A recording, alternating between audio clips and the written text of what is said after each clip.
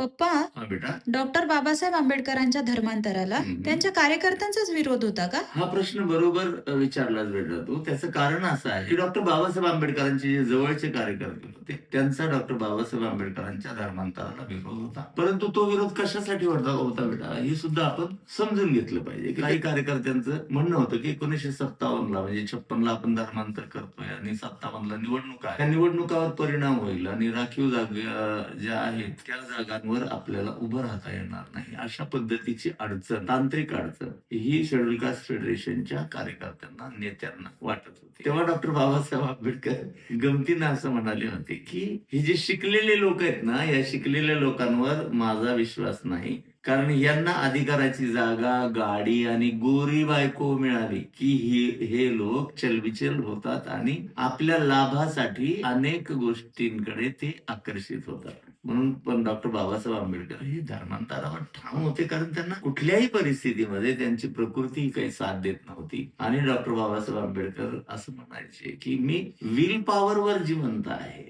आणि अधिक काळ मी विल पॉवरवर जगू शकणार नाही. त्याच्यामुळं जो धर्मांतराचा निर्णय आहे 13 ऑक्टोबर 1935 ला येवल्याला जेव्हा परिषद झाली होती आणि डॉक्टर बाबासाहेब आंबेडकरांनी धर्मांतराची घोषणा ही येवल्यामध्ये केलेली होती आणि 21 वर्षाचा कालावधी याला उलटला होता. त्याच्यामुळे डॉक्टर बाबासाहेब आंबेडकर या गोष्टीवर ठाम होते की आपल्याला कुठल्याही परिस्थितीमध्ये हिंदू धर्माचा त्याग करून, नरक यातनांचा त्याग करून आपल्याला बौद्ध धर्मामध्ये प्रवेश करायचा आहे, धर्मांतर करायचं आहे. ही खुणगाठ डॉक्टर बाबासाहेब आंबेडकरांनी बांधली होती आणि त्याची पूर्ण तयारी सुद्धा त्यांनी केली होती. जे सारनाथचे जे महास्थवीर आहेत, चंद्रमणी आणि सगळे देश विदेशातील जे भिक्खू आहेत, त्यावेळेस जे काही बौद्ध भिक्खू होते त्या सगळ्यांना निमंत्रित करण्याचा पूर्ण प्रोग्राम बाबासाहेबांनी ठरवलेला होता. आणि त्याच्यानुसार तरीही डॉक्टर बाबासाहेब आंबेडकर 13 ऑक्टोबरला नागपूरमध्ये श्याम हॉटेलमध्ये निवडक कार्यकर्त्यांची बैठक घेतली आणि शेवटचं त्यांना आजमावण्याचा प्रयत्न केला. तेव्हा त्यांनी तीच भूमिका मांडली निवडणुकीच्या अनुषंगाने. तेव्हा डॉक्टर बाबासाहेब आंबेडकर अतिशय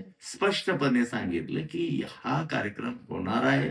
या धर्मांतराच्या कार्यक्रमामध्ये जे माझ्यासोबत येतील ते माझे लोक आहेत आणि माझ्यासोबत जे येणार नाहीत त्यांचा माझा अर्थार्थी संबंध असणार नाही, अशी रोखठोक भूमिका बाबासाहेबांनी घेतल्यामुळे जे काही कार्यकर्ते होते त्यांचा विरोध मावळला आणि त्यांनी ब्रह्मदीक्षेला, धर्मांतराच्या कार्यक्रमाला मान्यता दिली आणि 6 लाख लोक या कार्यक्रमाला उपस्थित होते. अशा पद्धतीनं धर्मांतराला असलेला जो विरोध होता तो बाबासाहेबांनी त्याचं निवारण केलं. लक्षात आलं बेटा तुझ्या?